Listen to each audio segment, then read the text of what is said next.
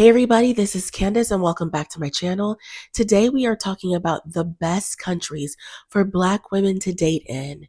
Let's get into it. So let's talk about what nobody shared with you about being a Black woman dating abroad. Let's dive deep into where it's soft, where it's spicy, and where you just might get your groove back and where you just might find the love of your life. So, when we have this conversation, I really want to put a framework around this conversation because this is really not about fantasy. This is about real experiences. This is about my lived experience.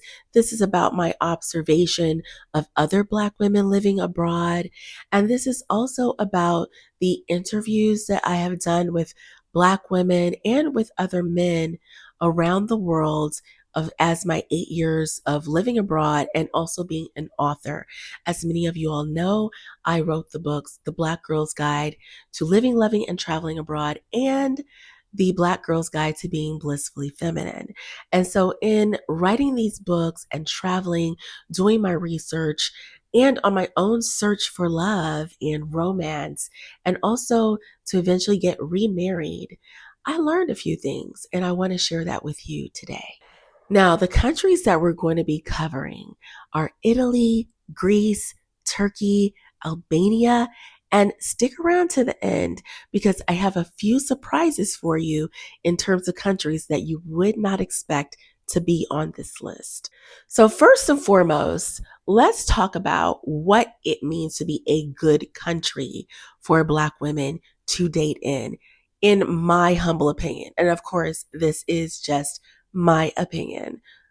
Let's talk about it. For me, the best countries for Black women to date in is not just about how much attention you can get. Because let's face it, when you do go into certain spaces as a Black woman, you're going to get more attention simply for being the exotical in the space. So for me, it's not just about getting attention. It's about connection and also the potentiality to have a serious relationship if that's what you desire. So what I look for in terms of a good country is overall respect for women.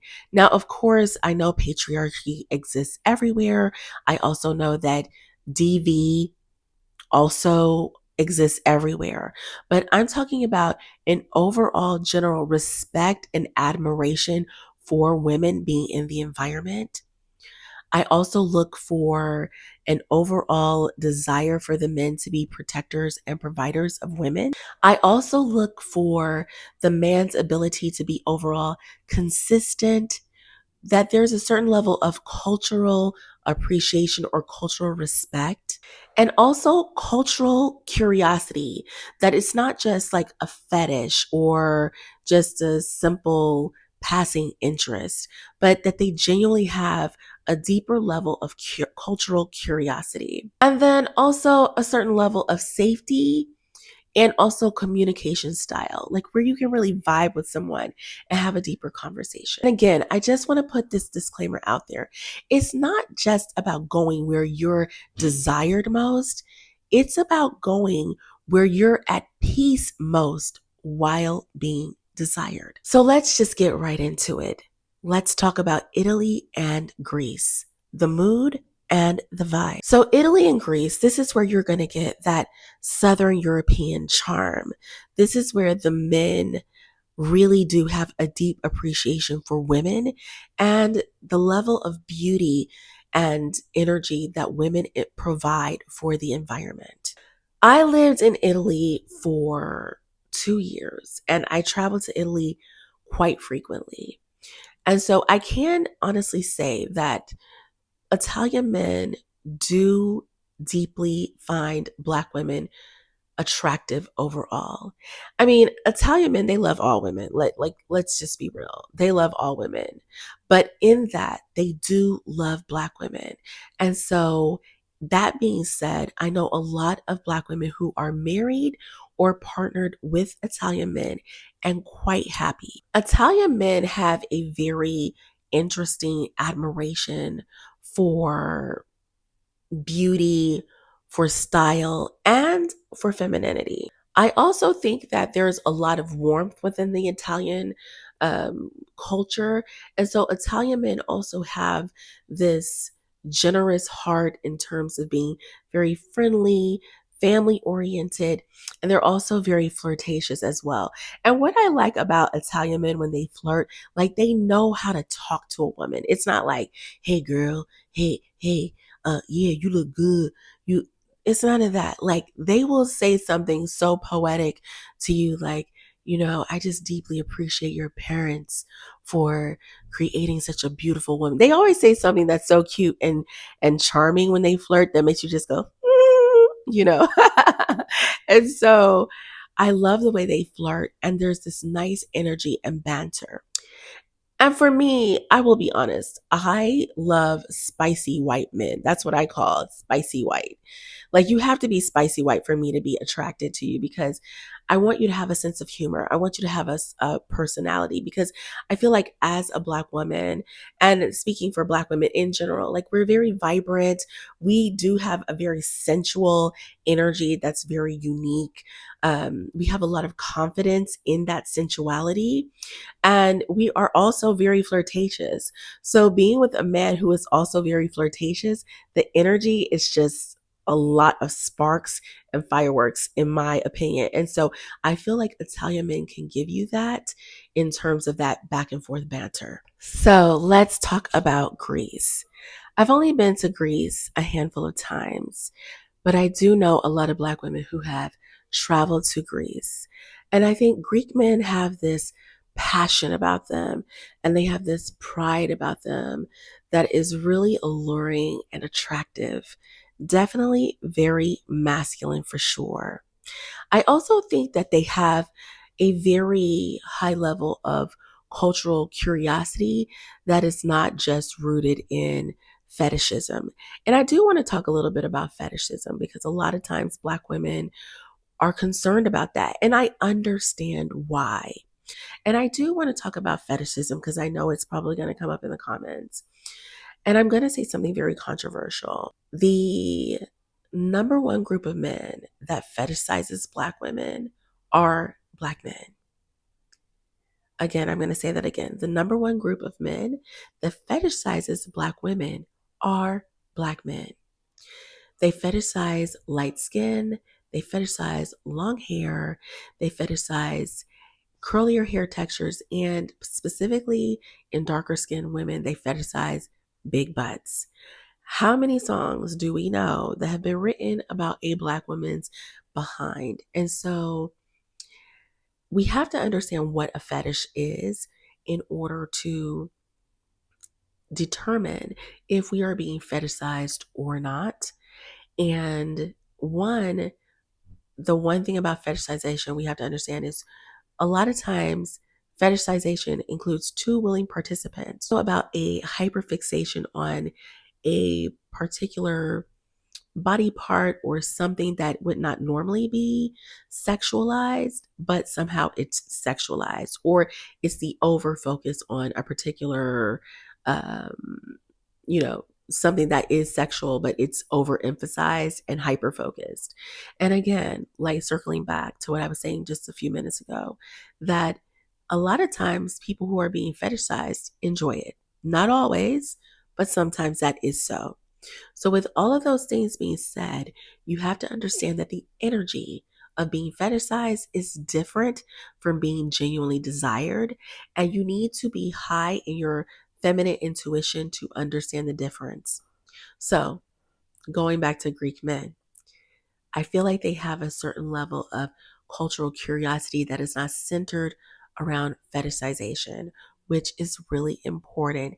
It makes it, I think, emotionally safe to open up to Greek men in order to pursue a deeper relationship with them. I think culturally, since they have a slower paced lifestyle like most people in the Mediterranean, I feel like culturally this opens them up to pursue, like I said, those deeper conversations and those deeper levels of connection that I think so many of us are craving for. So, like, Athens is a bigger city, and then you have the islands. But I think whether you're dating someone from Athens, one of the bigger cities, or the islands, you're still going to get this really nice cultural vibe that will kind of let you melt into being fully a woman and being seen and being felt and feeling passion and feeling desired. And ultimately, that's what I want for every Black woman. Let's move into the Balkans. We're talking Turkey, Albania, and Serbia. Now, you all know that I lived in Turkey for 4 years straight, and that I still currently live in Turkey part of the year. But the Balkans, for me, is where it's at for Black women. This is the area of the world where the men are like, whoa, you are a goddess, and I have been waiting for you to come to this region my entire life. And I remember when I was there and dating, and even my ex fiance, he was like, oh my God, I always wanted to be with a Black woman. I've always thought you all are so attractive, but I live here and you all don't. And so it is what it is. And I ended up marrying the woman that I ended up marrying. But deep down, I've always desired to be with a Black woman because I think you all are so special and beautiful in the way you move, and your hair and your afros are sexy, and your braids are sexy, and you all are intelligent, and blah, blah. I'm just on and on and on.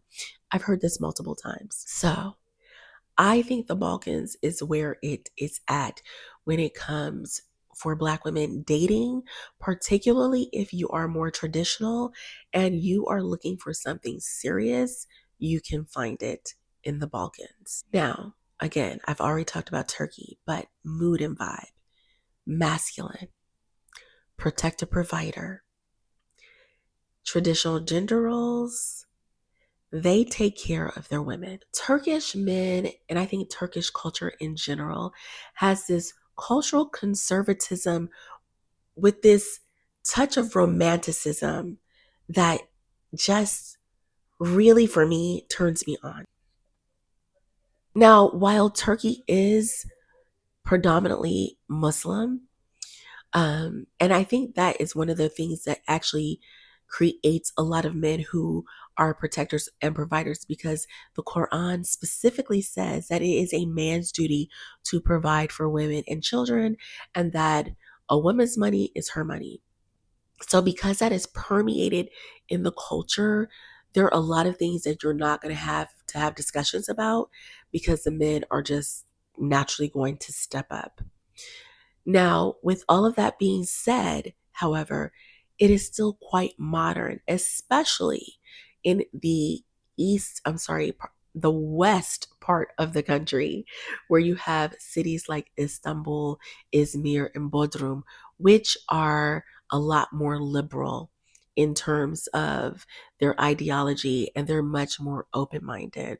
And those are probably the places that I'm going to suggest you date. Like Antalya, Bodrum, Izmir, and also Istanbul. Those are probably the best ones. Now, if you are a conservative Muslim woman, because there are Black women out here looking for husbands, and listen, I used to practice Islam. So, y'all, I know how hard it is in the masjid for a sister to find a husband. And um, being married in Islam is very important. In fact, it's considered half of your religious requirement to be married. So a lot of sisters having a hard time. So if you're a Muslim sister and you're conservative, you cover, then I'm going to say maybe you try dating on the east side of the country, because you're going to find a lot more conservative Muslim men there that will want to be with you, girl. I'm so serious.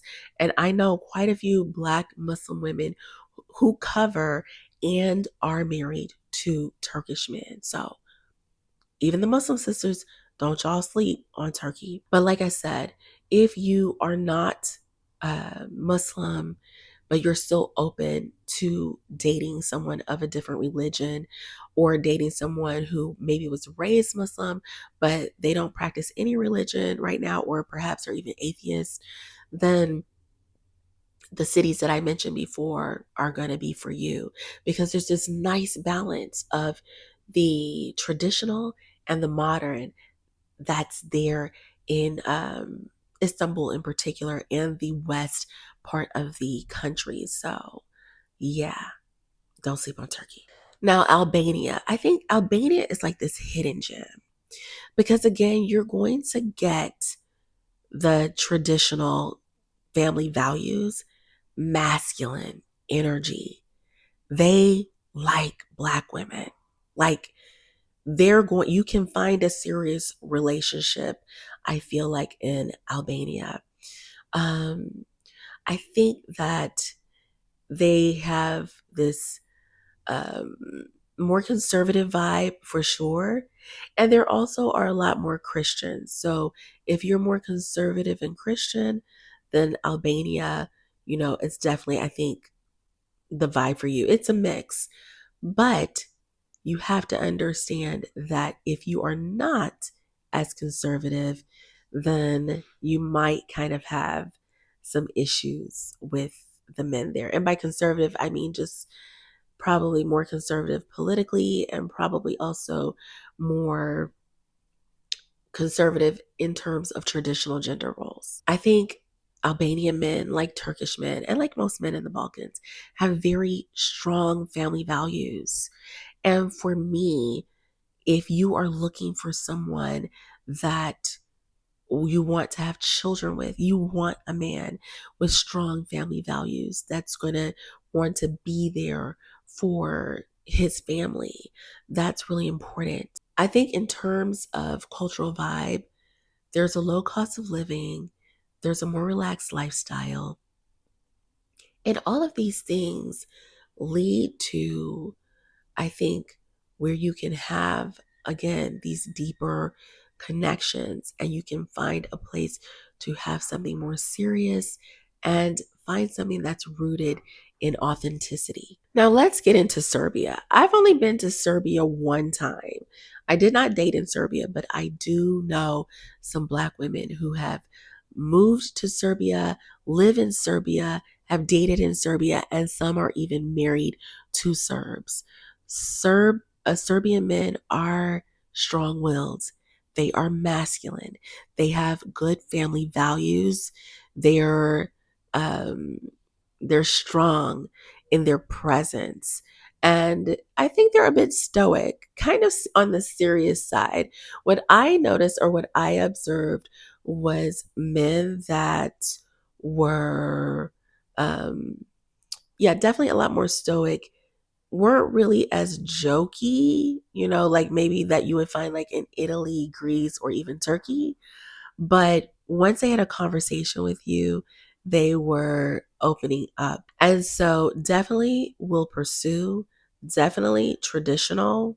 They're not about all the 50-50, none of that stuff. Um, and actually, the one time I did go out with a man, he was very adamant about serving me my food. And if you have been in any of the traditional femininity circles, you all will remember that whole conversation about who gets the biggest piece of chicken first and who serves who at the table. And what I notice about men in this region in general, including Serbia, is that they want to keep the woman happy.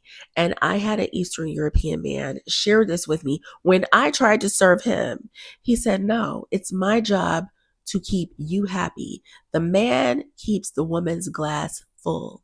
And I was like, whoa, I had never even considered that, because the type of culture that we live in is one where men want the woman to be extremely subservient to him in a very particular way and waiting on him hand and foot. And what I learned by dating in the Balkans is the fact that no, true masculinity is about servitude to women and children. And so they want to serve you and they want to make you happy. Men who want you to serve them all the time got masculinity completely messed up. And women who teach you that you're supposed to be waiting on a man hand and foot and that you're supposed to be serving him all the time, they got it twisted too. And I know I know somebody's gonna say this, well, you used to write about that. Yes, I did write about that because I was confused about life. I had very limited world knowledge at the time that I wrote The Black Girl's Guide to Being Blissfully Feminine. And while there are still good tips in there, there are a lot of things that I would rewrite if I were to go back and rewrite the book because I have learned so much more about what authentic masculinity is truly about. So, this is what I learned when I was in Serbia, and this is what I learned from just observing and asking questions from men in Eastern Europe and the Balkans in general. So, just take that for what you will. I think areas of caution when it comes to Serbian men would probably be communication style because they are very, very direct, which honestly, I think for a lot of Black women, it's not too hard because most Black women throughout the diaspora, we have a more direct style of communication. Like for Black people in general, people of African descent, if we like you, you're going to know it. If we don't like you, you're also going to know it. If we have a problem, we're going to talk about it. Like, and we're very direct about it. And so I think that's the other good thing about Serbs in terms of their direct communication. But for some, that might be a challenge. Now let's talk about Central Europe's like unexpected jewel. And that is going to be Hungary. I've had the pleasure to know a few Hungarian men, and I'm going to say I was attracted to all of them. Their mood and vibe, very masculine, very um, traditional, very protective, and I liked it. I liked the way I felt with Hungarian men, the times that I've had the opportunities to be around them. Very traditional family values. I think that they would make good dads, to be honest with you. They like well cultured, ambitious, intelligent women. And I think that describes Black women throughout the diaspora very, very well. There is a small yet growing Afro expat community in Hungary. I do know a few Black women, Black American women who are married to Hungarian men, and they report that they are happy.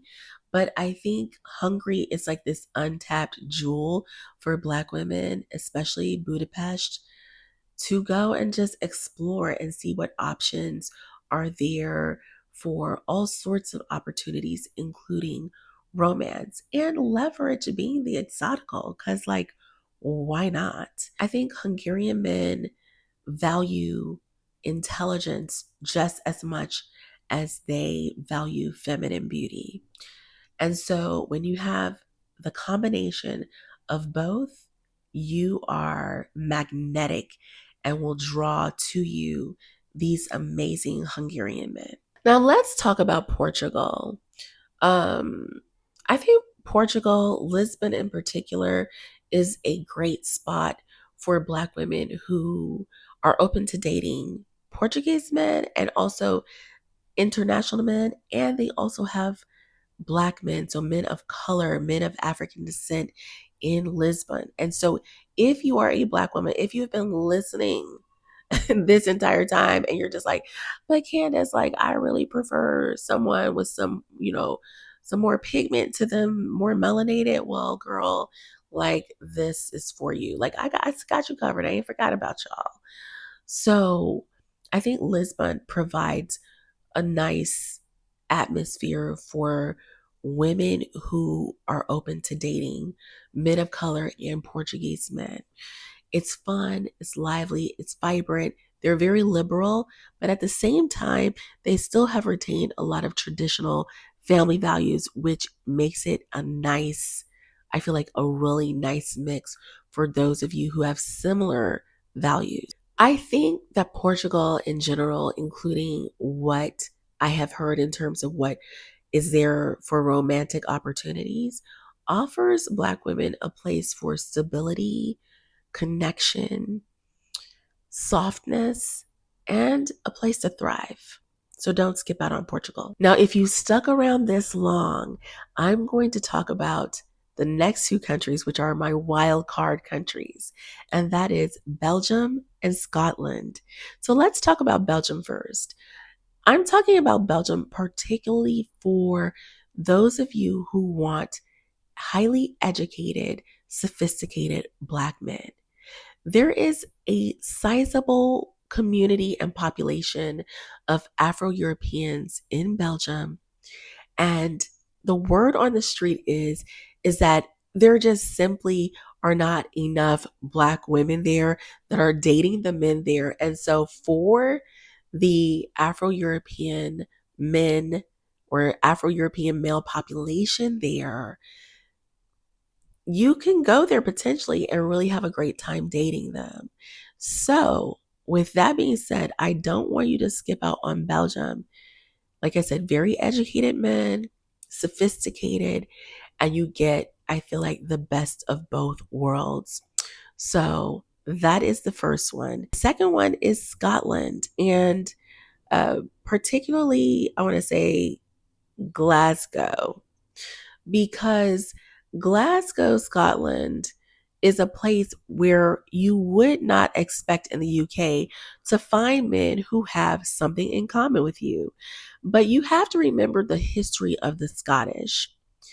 And so you have a lot of Scottish men who can understand how it feels to be marginalized.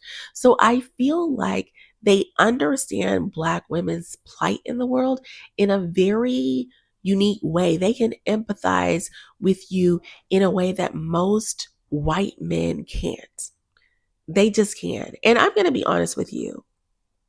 I have dated white American men, but I do not enjoy that because I do not enjoy dating them because so many of them are so out of touch with Black America's experience, and they just don't know how to talk about it. They don't want to talk about it. They don't like talking about racial issues. But I have found with Scottish men, you can have these conversations because they understand what it's like to be marginalized in the UK. Secondly, Scottish men have a personality. They are funny. I have never had a bad time around a Scottish man.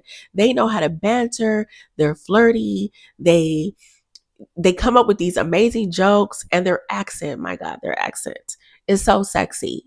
So I say if you're looking for some place to go, particularly that's English speaking, go to Glasgow, Scotland. I don't think you're going to be disappointed, sis. Also, this is a side note for Scotland. The men are still masculine, but I feel like balanced. So, yeah. Now, let's be real about all this. I listed all of these places, but we have to be real. No place is perfect, okay? You're going to have F boys in every country.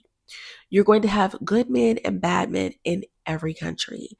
This entire list and this entire segment was to give you a cultural overview, like a broad cultural overview, so that you can understand what the mood and vibe is like in these countries and whether they're really receptive to dating Black women and whether you can create a certain amount of softness and peace while you are dating abroad and at least have a place of least resistance.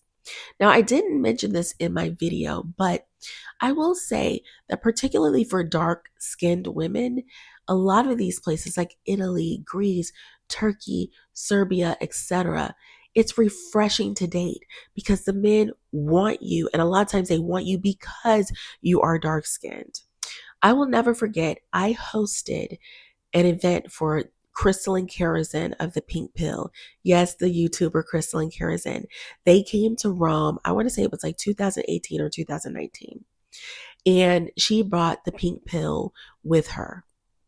And I observed, at the venue that we hosted the event at, the darker skinned women were getting the most attention.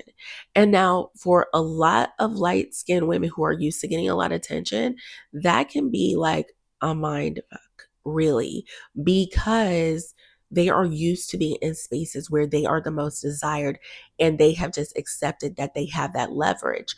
But in Europe, especially in particular places in Europe that I've mentioned, you having dark skin gives you a lot of leverage and visibility. And a lot of times, European men, if they're going to be with a Black woman, they want to be with a Black woman. They want you to be rich and chocolate, and they love that. Now, that's not to say that lighter skinned women can't get any play. You can. But I'm just saying, like, there tends to be this preference or leaning towards very dark skinned women because they love it and they feel like, it's rich. I want to talk a little bit about exotical or being the exotical. Don't shy away from being the exotical. Use it to leverage to get the types of men that you want to get. Now, I want to go deeper with you, but I won't here on this platform. However, if you are a member of my Soft Power Passport community, I will give you the juicy, spicy details on this and more. When you're dating abroad, I'm going to encourage you to date with values, with boundaries, with expectations on how you want to be treated. If something doesn't feel comfortable, you need to speak up. If a man behaves in an unsatisfactory way, then you need to speak up, because nowhere on this planet should you be a doormat at all. Nowhere on this planet should you accept subpar treatment. So make sure, no matter where you are dating, that you are going and you are stepping into the environment as a woman who has good self-esteem, a good head on her shoulders, and that you have these dating values. Now, if you want me to help you to create a dating profile for your online dating profile, or you want very specific dating advice in general, again, I want you to go ahead and click the link in my bio and join, or in the description box, and join the Soft Power Passport community, because this is where you have that level of access for to me, and that you can ask these sorts of questions. And that's what I'm there for. I'm there to answer all of these questions. I'm there to help you with your dating profiles. I'm there to help you create these strategies. And in fact, I have about 10 more spaces in my small group strategy class where we're strategizing about how to create these soft, powerful lives abroad. So you don't want to miss out. You definitely want to be a part of my community, because trust me, it's unique and one of a kind. And I feel like I have the experience to bring that to you, because I've lived abroad for 8 years now, but I've traveled for even more years than that. And again, I have spent many years just traveling and interviewing men to write books so that I can have the knowledge to give you what you need to create these types of lives that you desire. Because the soft power life is not a fantasy. It's about strategy, it's about geographical location, and it's about leverage. And if you want that, you need to get into my Soft Power Passport community where you can have access to all of this information and more. And having those things is the one thing that I personally enjoy about the life that I live, and also about helping you strategize so that you can create your dream life just global. Now, make sure to leave a comment. Let me know what you think about this video. If there are any countries that I did not mention in this video that you have questions about, let me know that as well. Make sure to subscribe to my channel, stay locked in, and I'll see you in the next video. Ciao.